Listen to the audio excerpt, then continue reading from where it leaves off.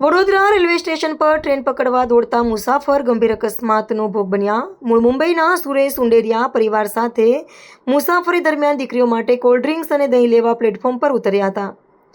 અચાનક ટ્રેન શરૂ થતાં દોડીને ચડવાનો પ્રયાસ કરતા તેમનો પગ લપસ્યો હતો.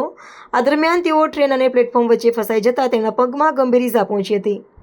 રેલવે સ્ટાફે તાત્કાલિક બચાવ કામગીરી કરી તેમને બહાર કાઢ્યા હતા. ઈજાગ્રસ્તને સારવાર માટે વડોદરાની એસએસજી હોસ્પિટલમાં ખસેડવામાં આવ્યા છે, જ્યાં હાલ તેમની સારવાર ચાલી રહી છે.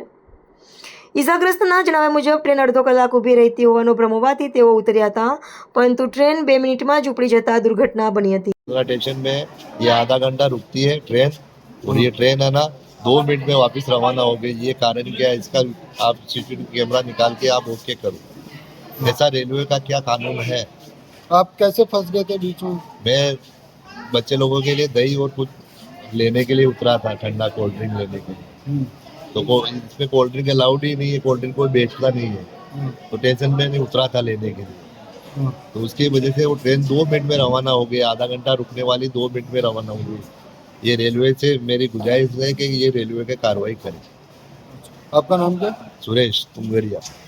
सुरेश तुंगरिया.